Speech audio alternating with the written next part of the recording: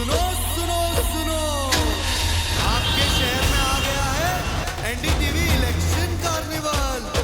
कलाकारों का होगा धमाल, एनडीटीवी पूछेगा सवाल, देखिए क्या होता है नेताजी का हाल। आपके शहर में आ गया है एनडीटीवी इलेक्शन कार्निवल।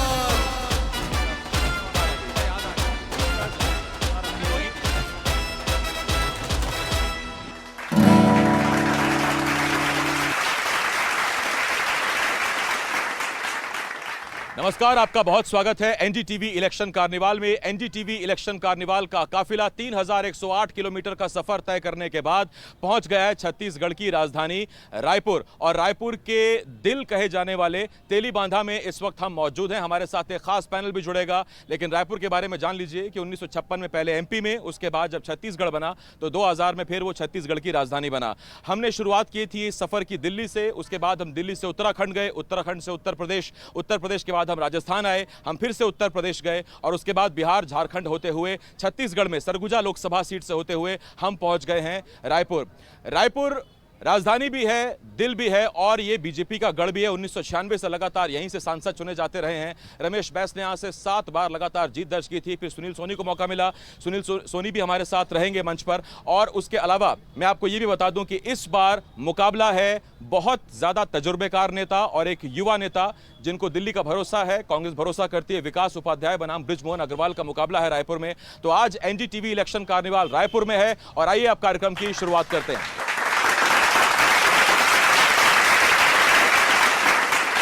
3108 किलोमीटर का सफर तय करने के बाद एनडीटीवी इलेक्शन कार्निवाल पहुंच गया है छत्तीसगढ़ की राजधानी रायपुर। और हम हैं इस वक्त रायपुर लोकसभा सीट के, इसे आप दिल कह लीजिए, तेलीबांधा में मौजूद हैं हम। और हमारे साथ हैं रायपुर से लोकसभा सांसद सुनील सोनी जी हमारे साथ। स्वागत है सर आपका। नमस्कार सुनील जी, 1996 से ये सीट, ये शहर बीजेपी के नाम रहा है। आपको मौका मिला तो आपने भी बीजेपी की झोली में रायपुर डाल दिया, आपने जीत बरकरार रखी। इस बार पार्टी ने आपको टिकट नहीं दिया, नए प्रत्याशी हैं बृजमोहन अग्रवाल साहब, लेकिन कितनी मजबूत रायपुर बीजेपी के लिए? देखिए, पिछले समय जो लीड थी उससे बहुत अधिक लीड होगी इस बार, और मेरा मानना है कि 5 लाख से अधिक की लीड होगी और ये सीट को हम जीतेंगे और अच्छे से जीतेंगे। पूरा अनुकूल वातावरण है। मोदी की गारंटी को 3 महीने में हमारे विष्णुदेव साय जी ने पूरा किया है। चाहे महतारी वंदन का खाते में पैसा डालना हो, किसान को पहली बार देश में ये ऐसा राज्य है कि जहां पर लगभग 19,000 रुपया एकड़ किसान के खाते में गया।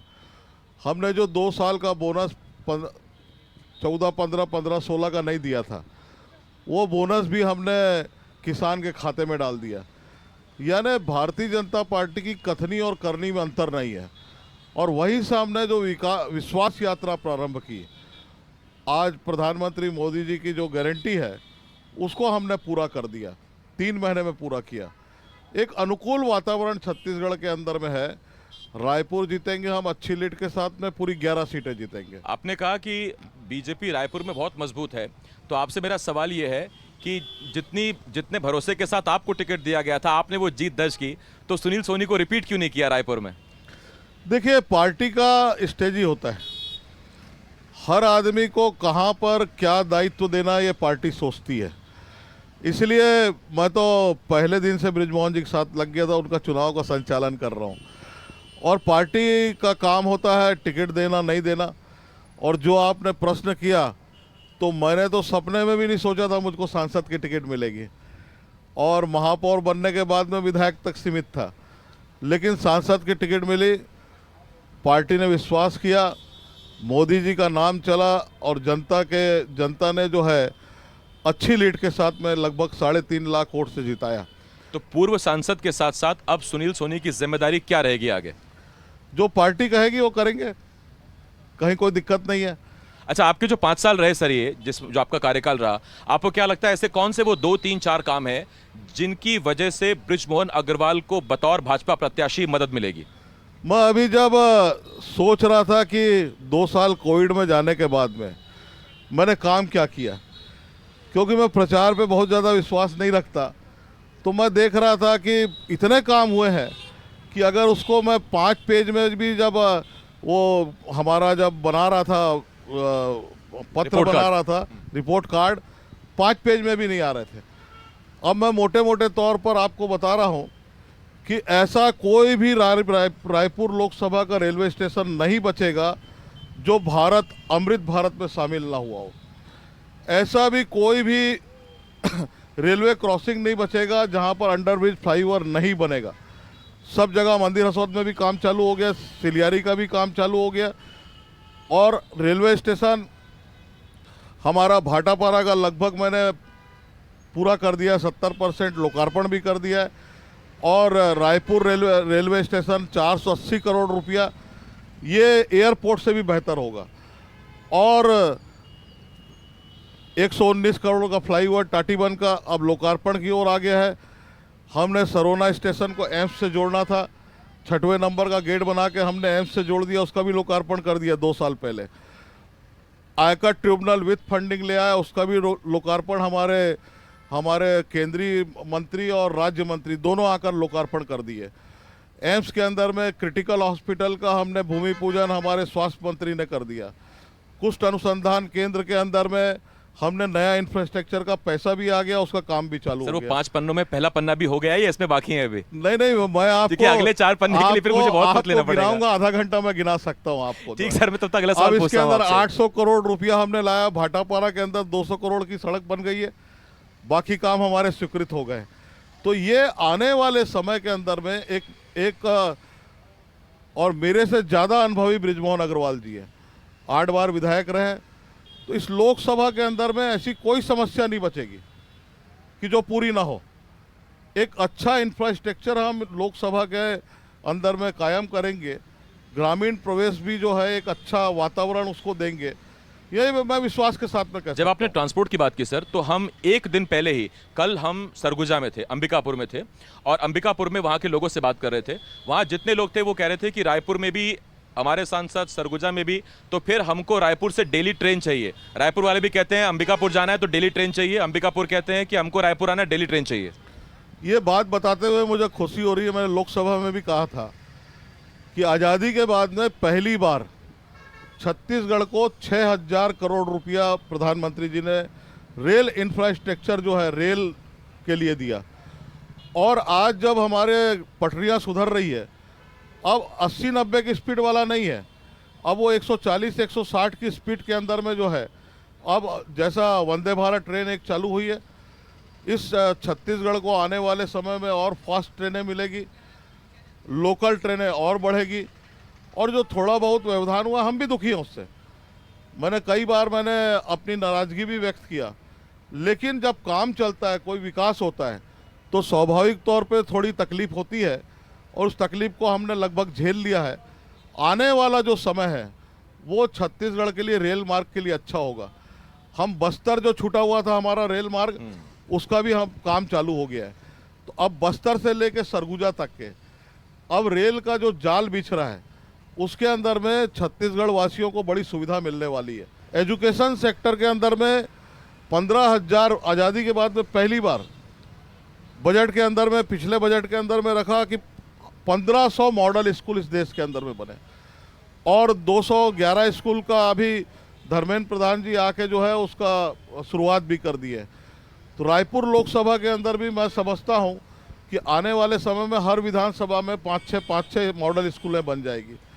तो हेल्थ सेक्टर, एजुकेशन सेक्टर, ये सेक्टर के अंदर में आने वाला समय छत्तीसगढ़ के लिए बहुत बेहतर होने वाला है। जब मैं रायपुर लोकसभा सीट की बात करूं तो युवा बनाम बड़े तजुर्बेकार के प्रत्याशी के बीच में मुकाबला है। एक तरफ विकास उपाध्याय हैं और दूसरी तरफ है बृजमोहन अग्रवाल।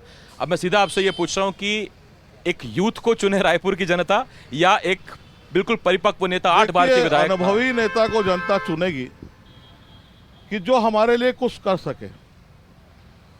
और आज प्रधानमंत्री मोदी जी जो है 210 योजनाएं आम आदमी के जीवन में परिवर्तन करने वाली, केवल योजनाओं को नहीं लाया, लागू कर दिया। महिलाओं के जीवन के अंदर में परिवर्तन आए। मैं जब नया सांसद बना था 2019 में, जब मैं गांव के अंदर घूम कर देखता था तो 1 किलोमीटर 2 किलोमीटर दूर से हमारी बहनें पानी लाती है, उसके बाद में बुजुर्गों की चिंता करना, बच्चों की चिंता करना, खाना बनाना, रात के सोती है, लगता है कि जीवन मेरा केवल मेहनत करने के लिए। उस महिला की अगर किसी ने आवाज़ सुना तो प्रधानमंत्री मोदी जी ने सुना, और देश का सबसे बड़ा बजट 3,60,000 करोड़ रुपया, और उसको जल जीवन मिशन के अंदर में लगा। आने वाला इसी साल की बात कर रहा हूँ मैं, अंत तक के जो है हर घर के अंदर में नल लग जाएगा। ये छोटी मोटी कल्पना नहीं है, और ये कल्पना के आधार पर 2047 को टारगेट रखा है, और उसकी एक नींव रख दी, उसके साथ नींव को रख के एक मंजिल खड़ा करना चालू कर दिया। ये छोटी मोटी कल्पना नहीं है कि आदमी को कोविड के अंदर में अगर आदमी जूझ रहा है, अन्न नहीं मिल रहा है, उसकी भूख को शांत करने का काम, और आने वाले 5 साल तक के भी उसको 5 किलो अनाज मिलेगा। ये पूछिए उस गरीब से। बहुत से लोग कहते हैं ये पैसा क्यों खर्च कर रहे हैं देश का। उस गरीब से पूछिए कि उसको 5 किलो जब अनाज मिलता है तो उसको कितनी खुशी होती है। आपके जो कांग्रेस के मित्र हैं वो कहते हैं कि आप कह रहे हैं देश विकास कर रहा है और अभी भी एक बड़ी आबादी को मुफ्त राशन देना पड़ रहा है ताकि वो पेट भर सकें अपना। देखिए, मैंने कहा ना, जब आम आदमी के जीवन में परिवर्तन आएगा, जब विकसित भारत बनेगा। उस आम आदमी की आवश्यकता थी। हमने केवल राशन नहीं दिया, हमने प्रधानमंत्री स्वनिधि के अंदर में जो ठेले वाले, खुमचे वाले, चाय वाले, समोसा बेचने वाले जो है, उसको 10,000 रुपया लोन, 10,000 पटाएगा 20,000 रुपया लोन, 20,000 पटाएगा 50,000 रुपया लोन। अपने पाँव पे खड़ा हो, रोजगार युक्त हो नवयुवक। वो ठेले वाला भी स्वाभिमान के साथ में खड़ा हो। उसके आगे जिस समय बनेगा, उस समय बढ़ेगा, उसको मुद्रा के अंदर में हम शामिल कर देंगे। और अभी जब हमारा संकल्प पत्र अभी आया है भारतीय जनता पार्टी का, अब वो 10 लाख की सीमा बढ़ाकर 20 लाख कर दिया। आपने बीच में विकास के मंदिर की बात की, तो वो विकास का मंदिर था या वो रामलला का मंदिर था? वो भी एक मुद्दा रहेगा क्या रायपुर लोकसभा सीट के चुनाव में? देखिए, ये हमारा किसी चुनाव से इसका संबंध नहीं रहा। आस्था के आधार पर भारतीय जनता पार्टी आज नहीं है भाई।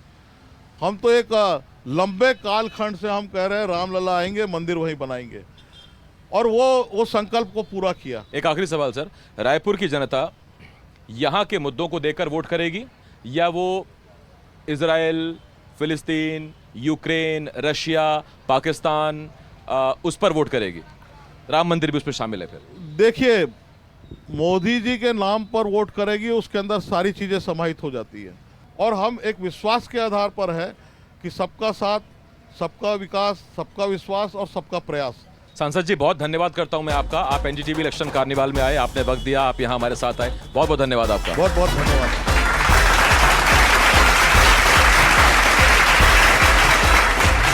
जैसा कि नाम है एनडीटीवी इलेक्शन कार्निवाल, और जब कार्निवाल है तो फिर गीत भी होगा, संगीत भी होगा, रंग उमंग उत्साह भी होगा। हमारे साथ गोपिका साहू जी हैं, मधुर आवाज में आपको अब गाने सुनाएंगी और उनका गिटार पे साथ देंगे कपिल वाधवानी। तो मैं अब मंच इनके हवाले करता हूं। गोपिका जी, हमारे दर्शकों को, एनडीटीवी इंडिया के और एनडीटीवी के दर्शकों को अच्छे अच्छे गाने सुनाइए। बढ़िया। मैं छत्तीसगढ़ के कुछ सुप्रसिद्ध गाने आपको सुनाने जा रही हूँ। उड़ती चिड़ैया लागोली माटी पे रे, उड़ती चिड़ैया लागोली माटी पे रे, ये गोली माटी पे आगे लगा के तनमा पानी छींचे, तनमा पानी छींचे रा, आगे लगा के तनमा पानी छींचे। कोयली कस बोली तोर गुर तोर लागेना,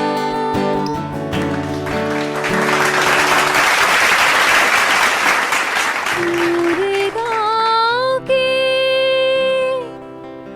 मोर गाँव के, मोर गाँव के, मोर गाँव के, मोर गाँव के संगसी कुल की मोला गुंजन लागे, मोर गाँव के संगसी कुल की मोला गुंजन लागे, मोला गुंजन लागे ना, मोला गुंजन लागे ना, मोला गुंजन लागे ना, मोला गुंजन लागे ना, मोर गाँव के संगसी कुल की मोला गुंजन लागे, मोर गाँव के संगसी कुल की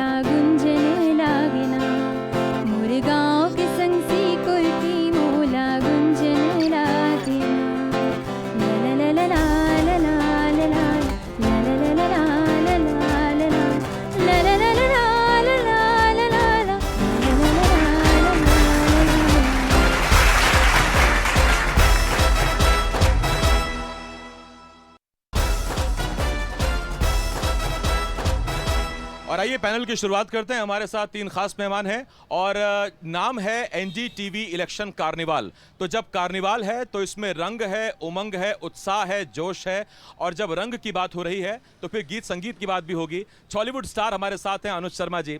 अनुज जी, विधायक तो ठीक हैं, आप उससे पहले बॉलीवुड स्टार थे और उसी स्टार ने आपको विधायक बनाया। तो पहले तो मैं ये चाहूंगा कि कुछ चुनाव से जुड़ा हुआ, कुछ लोकतंत्र से, मतदान से जुड़ा हुआ कुछ भी आपने लिखा पढ़ा हो वो जरा सुनाइए हमें। देखिए, जब हम विधानसभा का चुनाव लड़ रहे थे तो मैंने कुछ पंक्तियां गाई थी उस समय, जब हम विधानसभा का चुनाव लड़ रहे थे। कांग्रेस पार्टी के राज मां आवास कहाँ है, वादा खिलाफ है ते खर विश्वास कहाँ है, जन घोषणा फेंका गे है अब आस कहाँ है। ये हमने बोला था और उसका नतीजा आया। छत्तीसगढ़ की जनता ने ये फैसला किया कि भारतीय जनता पार्टी ही ने ही छत्तीसगढ़ को बनाया है और हम ही संवारेंगे। सबने ताली बजाई आपके लिए, अमित जी ने ताली नहीं बजाई तो अच्छा ठीक ही लीजिए, कांग्रेस के अमित जी उन्होंने ताली बजा दी। ये तो आपने वो गाना गाया जो बीजेपी के हिसाब से ठीक था कांग्रेस के लिए, ऐसा गाना जो छत्तीसगढ़ के दिल की जनता को छू जाए छत्तीसगढ़ी में। फिर मैं पॉलिटिकल डिबेट की शुरुआत करूंगा। मैं ये पंक्तियां मुझे बहुत पसंद हैं और इन पंक्तियों को देश माया के भारत गीता दाई दादा मोर राम सीता, दया मया मोर परवा छानी, पर के सेवा मोर सिखानी, इही मोरे जिन गानी मैं लहरियाओ रे, सीधा म सीधा नहीं त डोमी करियाओ रे, मैं छत्तीसगढ़ियाओ रे, मैं छत्तीसगढ़िया रे। छत्तीसगढ़िया सबले बढ़िया। छत्तीसगढ़िया सबले बढ़िया। अमित जी, देखिए, अनुज भाई ने जो कविता गाई तो मुझे लगा मुझे भी वो कविता के तहत या शायरी के तहत उसका आंसर देना चाहिए। तो कहते हैं ना, कहाँ इस दौर में वफा की उम्मीद कर रहे हो, कहाँ इस दौर में वफा की उम्मीद कर रहे हो। अरे बड़े नादान हो आसिफ भाई, जहर की शीशी में दवा ढूंढ रहे हो। दूसरा चीज मैं आपको और बताना चाहता हूँ कि जिस प्रकार इन्होंने गाया, मैं आपको बताना चाहता हूँ, मुझे भी कुछ लिखा हुआ याद आ गया कि बेचत बेचत मैं चला, बेचत बेचत मैं चला, उपक्रम बचा ना कोई, बेचत बेचत मैं चला, उपक्रम बचा ना कोई, और अगर गलती से कुछ बच गया हो तो सूचित कर दो मोए। संजय जी आपके पास आ रहा हूं। संजय जी का तकिया कलाम में चिंता की बात नहीं है तो संजय जी चिंता की बात नहीं है, तो मुझे आप ही बताइए, आप भी कुछ लिख के बैठे हैं क्या? नहीं, ये आपने स्वीकार किया, मुझे लगता है आपने मुझे सर्टिफाई कर दिया बीजेपी के लिए कि यहाँ क्या होना है लोकसभा के अंदर में बताएं। तो आप भी कुछ लिख के बैठे हैं क्या? नहीं, देखिए, मैं लिखता नहीं हूँ, मैं स्क्रिप्ट लिख देता हूँ। गाने का काम इन लोगों का है, दोनों का। तो मुझे लगता है कि हम लोगों ने तो छत्तीसगढ़ में वो इतिहास लिखा है, चाहे वो छत्तीसगढ़ के निर्माण की बात हो, जिस छत्तीसगढ़ के निर्माण की बात बरसों बरस चलती रही कांग्रेस के समय में। कांग्रेस लगभग 58-60 वर्षों तक इस देश में राज किया इन्होंने। केवल बातचीत होती रही, बड़े बड़े नेता थे, अब नहीं है। स्वर्गीय विद्याचरण जी कहें, श्यामाचरण जी कहें, या फिर हम अजीत जोगी जी की बात करें, मोतीलाल वोरा जी की बात करें, लेकिन राज्य का निर्माण नहीं हुआ। राज्य का निर्माण हुआ तो माननीय अटल बिहारी वाजपेयी जी के नेतृत्व में जब सरकार बनी। ये हमारी उपलब्धि है, यहाँ से हमने प्रारंभ किया और पहले 3 चुनावों में जिस तरीके का आशीर्वाद प्रदेश की जनता ने दिया। एक दौर ऐसा बीच में आया 2018 का, जब घोषणा पत्र के आधार पर और टूल किट के आधार पर कांग्रेस की सरकार बन गई। एक मौका छत्तीसगढ़ के सरल लोग हैं, उन्होंने दिया कि शायद कांग्रेस भी कुछ काम करे, लेकिन दुर्भाग्य की बात है कि जिस तरीके से छला गया, जिस तरीके से विश्वासघात किया गया, एक बार फिर से चौथी बार प्रदेश की जनता ने हमको आशीर्वाद दिया और आज हम सरकार पर हैं। और जैसा कि अनुज जी ने कहा, हमने बनाया, हम ही संवारेंगे। मुझे लगता है प्रदेश की जनता भी यही चाहती है कि यदि बीजेपी ने इस राज्य का निर्माण किया है तो वास्तव में बहुत ईमानदारी के साथ में छत्तीसगढ़ को यदि कोई संवार सकता है तो बीजेपी की सरकार ही बना सकती है। चिंता की कोई बात नहीं ये आ गया, चिंता की कोई बात नहीं। अमित जी, जब चुनाव हुआ था 19 में, तो उस वक्त 18 में आपकी सरकार आ गई थी और फिर भी जो आंकड़ा आया था वो 11-2 का आया था। एक कोरबा बस्तर आपके खाते में आया था, बाकी 9 की 9 सीटें बीजेपी के पास चली गई थी। इस बार तो राज्य में आपकी सरकार भी नहीं है, तो ये मुफीद सिचुएशन है बीजेपी के लिए? देखिए, मुझे ऐसा लगता है कि जो आशाओं से, जो उम्मीद से जनता ने जब इन्हें जिताया था, तो मुझे लगता है कि जो वादों पे ये बात नहीं करते, जैसे हमारे घोषणा पत्र में अगर आप देखेंगे उसका नाम है जिस प्रकार से न्याय पत्र, और हमारे यहाँ जिस प्रकार से 48 पेजों का हमने घोषणा पत्र लाया है, 10 उसमें न्याय योजना पे, 25 गारंटी पे हमने बात की है। और इनके यहाँ कहा जाता है मोदी जी की गारंटी। अब मैं एक चीज़ आपसे कहना चाहता हूँ कि किसी व्यक्ति की गारंटी पे आपको विश्वास करना है कि पार्टी के या लोगों की गारंटी पे विश्वास करना है।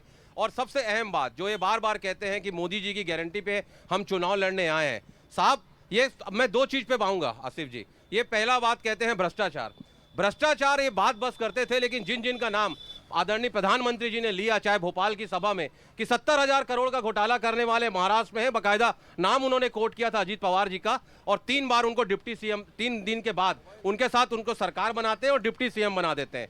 उसी प्रकार से बंगाल चुनाव में आप देखिए, जिसके ऊपर नारदा सादा स्कैम का आरोप लगता था शुभेंदु अधिकारी, आज इनका नेता प्रतिपक्ष है। असम के मुख्यमंत्री पे आज नारदा सादा स्कैम का आरोप लगाते थे और आज उनके यहाँ सीएम है। मतलब अब लोग कहते हैं कि भ्रष्टाचार करो, बीजेपी रेड कारपेट बिछा के आपका स्वागत करेगी।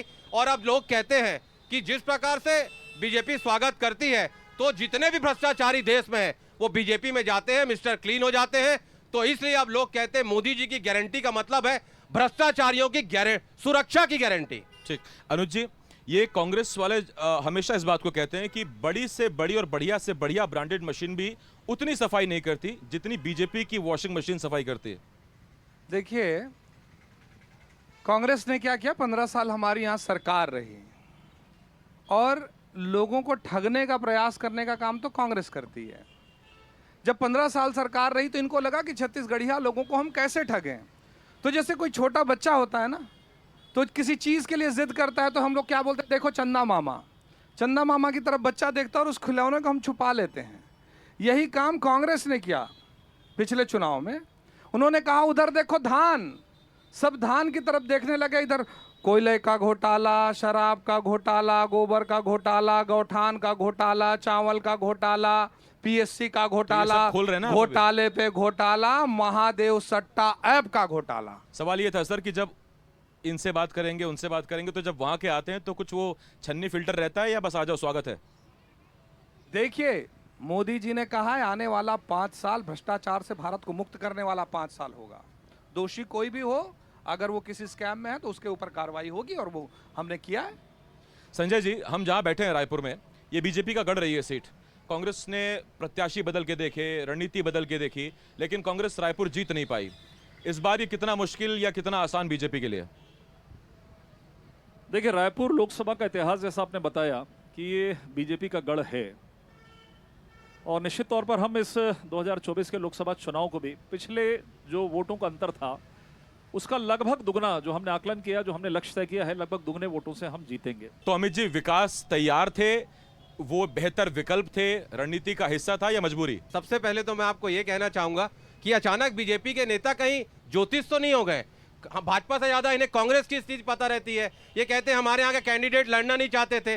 कांग्रेस का एक एक कार्यकर्ता, ये भूले मत कि 15 साल की इनकी सरकार को हमारे उसी कार्यकर्ता ने उखाड़ फेंका है। और बड़ी जिम्मेदारी के साथ आपको मैं कहता हूँ, वो हमारी पार्टी के कार्यकर्ता हमारी पार्टी की आन बान शान है। और इनके कार्यकर्ता को ये क्या कहते थे साहब, इनके जब नेताओं से पूछा गया कि आप हार गए तो बोले हमारे कार्यकर्ताओं ने हमें हरा दिया। मतलब जीत का श्रेय आप लेंगे और हार का ठिकरा कार्यकर्ताओं पे फोड़ेंगे। कार्यकर्ताओं ने भी सबक सिखाया और कहते हैं ना कि पेड़ के कटने का किस्सा नहीं होता अगर कुल्हाड़ी में लकड़ी का हिस्सा नहीं होता। तो इनके कार्यकर्ताओं ने इनको निपटा दिया। और अब आपने कहा विकास उपाध्याय, देखिए राष्ट्रीय सचिव हैं, NSY से उन्होंने राजनीति की शुरुआत की थी, यूथ कांग्रेस में राष्ट्रीय लेवल तक गए और हमारे शहर कांग्रेस कमेटी के अध्यक्ष से जनप्रिय नेता हैं, लोकप्रिय नेता हैं। देखिए, मैं एक ही चीज कहना चाहता हूं, जनता बहुत समझदार होती है साहब। जनता सारी चीजों को माइंडली ऑब्जर्वेशन में रखती है। और मैंने आपको दो शब्द जो कहे, चुनाव उसी पे होगा, ज्वलंत मुद्दों पे, और अहम और वहम किसी भी व्यक्ति को नहीं होना चाहिए। अभी संजय भैया ने स्वतः ही कहा कि कोई नहीं जानता था कि भाजपा की सरकार आ रही है, वैसे ही कोई नहीं जानता कि आने वाले टाइम में हमारी सरकार आ रही है। ये भी ठीक है। और आपको जब तक इस डिबेट में जनता की बात नहीं होगी, जनता की आवाज नहीं होगी, उनके सवाल नहीं होंगे, तब तक मजा नहीं आएगा। अमित भैया, मैं 1 मिनट पर आ रहा हूं, मैं जरा नीचे आ रहा हूं और हमारे साथ जो हमारे लोग हैं यहाँ पर रायपुर के, उनसे पूछता हूं कोई सवाल रायपुर का मुद्दा जो कोई कहना चाहे, सवाल पूछना चाहे, जल्दी साथ खड़े कीजिए। जो आपको लगता है रायपुर का मुद्दा, आप सवाल पूछना चाहते हैं बीजेपी कांग्रेस से, जो भी पूछना चाहे हाथ खड़ा कीजिए जल्दी से। हाँ बताइए, क्या कहना चाहते हैं, किससे सवाल है? सर मेरा भाजपा और कांग्रेस दोनों का सवाल है। जो रायपुर में ये जो काम चल रहा था, ये राज टाकिज से लेके घड़ी चौक तक, ये कब पूरा होगा? आप दोनों से सवाल है। अनुज जी आप चाहें, अमित जी आप चाहें, या संजय जी आप चाहें, जो मर्जी जवाब दीजिए इसका। देखिए, स्काई वॉक जो है उसका नाम है स्काई वॉक, जो शास्त्री चौक से लेके वहाँ तक है। एक बड़ी कार्य योजना के रूप में जैसे मेट्रोपॉलिटन सिटी में होता है, महानगरों के अंदर उस तर्ज पर होता है। ट्रैफिक का दबाव हमारे उस क्षेत्र में है, ये सबको मालूम है। उसके लिए कार्य योजना बनी और उस कार्य योजना के माध्यम से हमने स्काई वॉक का निर्माण किया। लेकिन स्काई वॉक के निर्माण के समय ही हमारी सरकार नहीं रही, लेकिन उस दौरान, उस हमारी सरकार के दौरान इस स्काई वॉक के मुद्दे को कांग्रेस ने बड़ी गर्मी के साथ में उठाया। लोगों के बीच में जाकर तमाम प्रकार के सवाल खड़ा किए कि इसकी आवश्यकता नहीं है। उन्होंने अपना धर्म निभाया, जो भी हुआ लोगों ने विश्वास अर्जित किया कि हमारी सरकार बनते ही जिस तरीके से शराबबंदी की बात किए थे, जिस तरीके से बेरोजगारी भत्ते की बात किए थे, जिस तरीके से 500 रुपए महिलाओं को देने की बात किए थे, जिस तरीके से स्वसहायता समूह के बहनों को ऋण माफ करने की बात किए थे, उसी तर्ज पर इन्होंने कहा कि यदि हमारी सरकार बनती है, ये स्काई वॉक को हम यहां से हटा देंगे, इस पर निर्णय करेंगे। दुर्भाग्य की बात है कि 5 साल तक इनका मुंह बंद रहा, सिला रहा, न आगे न पीछे, न 2 कदम आगे न 2 कदम पीछे, इस पर निर्णय तक नहीं कर पाए। और जो ऐसी कैसी कमजोर सरकार थी कि उस पर ये निर्णय नहीं कर पाए कि इसको क्या करना ये पूछ चाहिए। लेता हूं मैं, अमित भैया क्या वजह है कि स्काई वॉक में वो स्काई वॉक स्काई में रह गया, लोग वॉक नहीं कर पाए? देखिए, स्काई वॉक जनता की पसंद का नहीं था, और जब ये भाजपा की शासन में थे तो कभी जनता से पूछ के तो कोई कार्य करते नहीं थे, और जो इनकी इच्छा होती थी कमीशन खोरी के लिए कर देते थे। और आपको मैं बता दूं आसिफ भाई कि जिस प्रकार से हमने कमेटी बनाई, आपको पता है कि 2 साल कोविड में चला गया, उसके बाद कमेटी ने कई बार उसके लिए बैठक की, हमारे शहर के प्रबुद्धजनों के साथ हम बैठे कि उसका क्या बेहतर होना चाहिए, क्योंकि छत्तीसगढ़ की जनता की गाड़ी कमाई इन्होंने वहां पर लगा दिया था। कोई और सवाल पूछना चाहता है? सर, जैसे कि अमित जी और संजय जी भी अभी जैसे रोजगार पे बात कर रहे थे, तो रायपुर शहर में सर जैसे देखिए, पहले जब रमन सिंह जी मुख्यमंत्री थे तो यहाँ पर ग्लोबल इन्वेस्टर समिट हुआ था, उसमें आईटी सेक्टर में इन्वेस्टमेंट हुआ था। यहाँ पर आईटी सेक्टर अभी तक आया नहीं है। और जब भूपेश बघेल जी मुख्यमंत्री थे, उन्होंने तो ये डिपार्टमेंट भी अपने पास रखा हुआ था। बीजेपी की गवर्नमेंट ने और कांग्रेस की गवर्नमेंट ने दोनों ने ही इस सेक्टर पे पर्टिकुलरली कुछ। ठीक है, आईटी सेक्टर में कुछ नहीं किया, युवा कह रहे हैं ये बात। और कोई सवाल पूछना चाहेगा? हाँ ठीक, आइए पूछेंगे, बताइए, नाम बताइए अपना। सुनील शर्मा। एक सिंगल सवाल है अमित जी से मेरा कि भारत में राम मंदिर बना, ये उससे खुश है कि नहीं है? मैं बहुत खुश हूं, क्योंकि तो फिर गए क्यों नहीं थे आप? सुनिए, मैं आप पे उसी में आ रहा हूं। हाँ, मैं भी आ गया, मैं भी आ गया। हाँ, देखिए, मैं 100% खुश हूं सुनील भाई, क्योंकि मैं एक सनातनी हिंदू धर्म में पैदा हुआ व्यक्ति हूं। मुझे बड़ा गर्व है मेरे हिंदू होने का, और उतना ही गर्व मेरे कांग्रेसी होने का है। लेकिन ये इसके लिए किसी भाजपा से सर्टिफिकेट की आवश्यकता नहीं है। आपने पूछा क्यों नहीं गए, मैं आपसे एक ही चीज कहना चाहता हूं। ये कहते हैं जो राम लला को लाए हम उनको लाएंगे। अरे भगवान को कोई ला सकता है? इनको भगवान राम की याद तब आती है जब या नोट चाहिए रहता है या वोट चाहिए रहता है। और जब हम इनसे पूछते थे आप ही के चैनल पे डिबेट पे कि भाई आप कहते तो हो कि राम मंदिर बनाएंगे, लेकिन तारीख नहीं बताओगे। मैं धन्यवाद देना चाहता हूं सुप्रीम कोर्ट को, जिनके आदेश पे आज वहां पर दिव्य और भव्य राम मंदिर बन रहा है। और आपको बताना चाहता हूं, इनके हिसाब से हम राम मंदिर नहीं जाएंगे। ठीक, राम मंदिर जब मेरी इच्छा होगी, मेरे आराध्य है प्रभु श्री राम, तब जाएंगे। स्काई वॉक, ये बाकी रायपुर के मूल मुद्दे ये मुद्दे हैं, या राम मंदिर मुद्दा है इस बार रायपुर में? देखिए, और चूंकि आपकी तो विधानसभा भी इसी लोकसभा सीट में, रायपुर में तो मुद्दा सिर्फ ये है कि बृजमोहन अग्रवाल कितने वोट से जीतेंगे, इसके सिवा कोई मुद्दा नहीं है। हम तो रिकॉर्ड बनाने के लिए काम कर रहे हैं, कहीं कोई मुकाबला ही नहीं है। कांग्रेस कहती है मुहूर्त ठीक नहीं था, ये नहीं था, शंकराचार्य मना कर रहे थे। मुहूर्त कांग्रेस का ठीक नहीं है भाई। राम मंदिर का अभी इन्होंने कहा ना, राम जी के प्रति कि राम जी को कोई ला सकता है। अरे राम मंदिर के निर्माण के लिए, स्थापना के लिए, प्राण प्रतिष्ठा के लिए कोई मुहूर्त हो सकता है क्या? दरअसल मुहूर्त कांग्रेस का ठीक नहीं है, और मुझे लगता है कि शायद राम मंदिर जाते तो कुछ आशीर्वाद जरूर मिल जाता। अच्छा ठीक, इससे पहले मैं इस पैनल को वाइंड अप करूं, इस समापन की तरफ बढ़ूं। जब भगवान राम की बात चली है, भगवान राम पे या भगवान पे छत्तीसगढ़ी में आप अनुज जी जो आपका मन में आया हो इस वक्त, और ये भक्तिमय कर दीजिए माहौल इस बार। मैं तो बस हमेशा यही कहता हूं जो मैंने इनके लिए कहा, जाकी रही भावना जैसी प्रभु मूरत देखी तिन तैसी, राम सिया राम जय जय। सभी लोग राम सिया राम जय जय राम। बोलिए जय जय श्री राम। लगभग मैं बहुत धन्यवाद करता हूं यही संजय जी। स्थिति पूरे देश में हो गई है। तो इसमें बुरा क्या है, ठीक तो है। नहीं, अच्छी बात है, हाँ, तो अच्छा तो है। जिसके लिए हमने प्रयास किया, अब ये धीरे नहीं धीरे बोलेंगे, धीरे हमने प्रयास करके। किया। लेकिन यही की भगवान गलतफहमी है। भगवान राम सबके, ना इनके ना धीरे उनके, धीरे सब भगवान राम स्वीकार कर रहे सबके। इस पैनल को अभी यही समापन करते हैं, इसका संपन्न करते हैं। बहुत धन्यवाद है अनुज जी आपका, अमित भैया बहुत धन्यवाद आपका, संजय जी आपका बहुत शुक्रिया, हमारे साथ आप जुड़े, एनडीटीवी कार्निवाल का हिस्सा बने।